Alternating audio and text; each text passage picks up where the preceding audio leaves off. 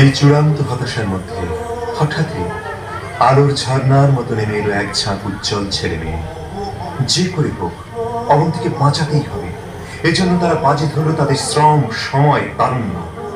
2 মাসের সে এক দীর্ঘ লড়াই।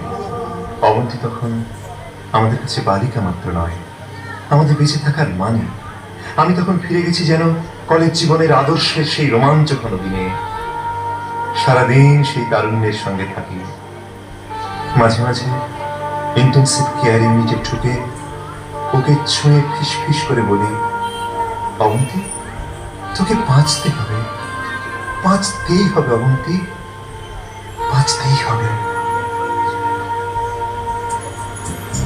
এখনো কবিতার জন্যে মানুষের বুকে আছে অনুভব, ও ভালো মানুষের কন্যে কবিতায় জীবনের উৎসব।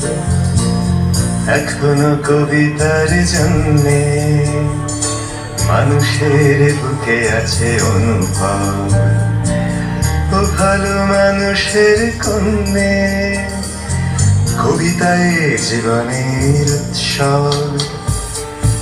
এই নে এক মুঠো কবিতা, এই নে বেপরোয়া ছন্দ, এই যে বাড়ালাম 2টি হাত, ধরে দেখ জীবনের গন্ধ। এই নে এক মুঠো কবিতা, এই নে বেপরোয়া ছন্দ, এই যে প্রসারিত 2টি হাত, ধরে দেখ জীবনের গন্ধ। অবন্তী তোকে বাঁচতে হবে, আরো কিছু কাল বাঁচতে হবে। জীবনের উৎসবে গান গাবো আবার সকাল। অবন্তী তোকে বাঁচতে হবে, আরো কিছু কাল বাঁচতে হবে।